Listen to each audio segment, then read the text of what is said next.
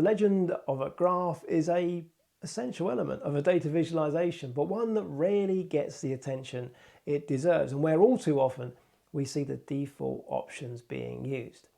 Here we are looking at a horizontal bar chart displaying members of a team and evaluating their performance scores across 3 different categories: soft skills, technical and compliance. I've already made some formatting changes. I've removed grid lines, moved the chart title to the left hand side, but the legend remains in its original location at the bottom of the chart. The challenge with this is that our audience, who in Western cultures will consume content from top left to bottom right in a zigzag fashion, will get to that legend right at the end of their process. Let's explore the options we have to make this important element faster to discover.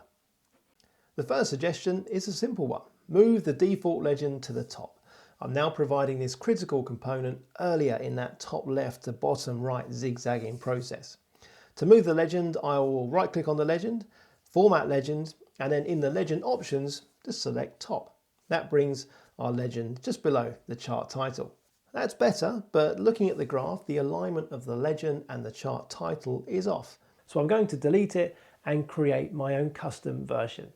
When sharing our visualization best practices with workshop attendees, we regularly discuss the benefits of leveraging text boxes. While it might be considered a brute force approach, when it comes to explanatory communications, they afford a great amount of flexibility when we are titling and labeling our visuals. After selecting Insert and Text Box, I'll type in my legend. Now that the default square icons of the original legend aren't present, I'm going to use similarity of color to provide the connection between the words and the graph. With full control over the text box, I can now move it incrementally, providing that nice vertical alignment I mentioned earlier.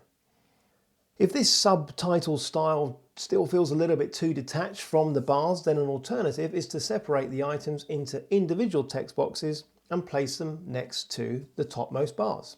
These can be placed just outside the bars, inside the ends of the bars, or at the base of the bars, depending on your preference.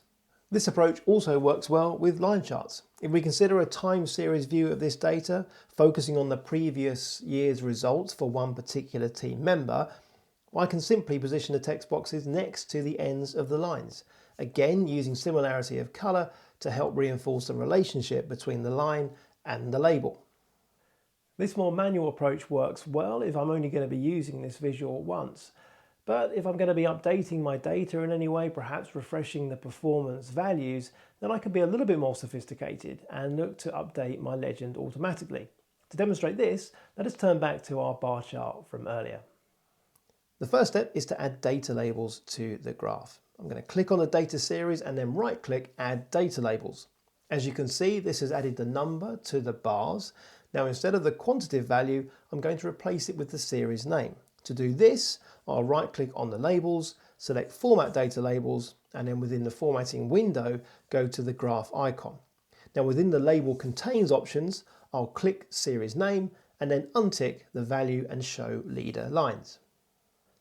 I'll now place the label at the ends of the bars. This is a neat cognitive trick that allows our audience to scan down the ends of the bars and compare the values, but also assess and read the labels at the same time.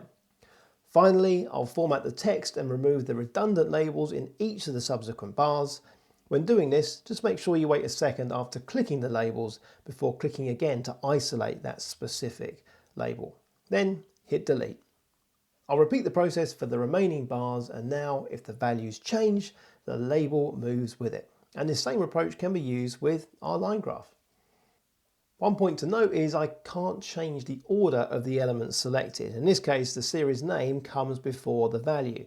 Additionally, as the labels are now part of the chart's overall real estate, I've had to resize the graph's fill area to leave sufficient room for the labels.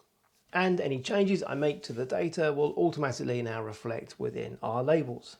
Spending just a little bit of time thinking about our legend is a relatively straightforward task for us, but consider how our audience will appreciate those small but powerful steps we've taken to help them retrieve those insights faster. I hope you enjoyed this short video. If you are looking to boost your Excel skills further, then check out this playlist, which offers a collection of useful resources. Until next time, thank you very much for watching and goodbye.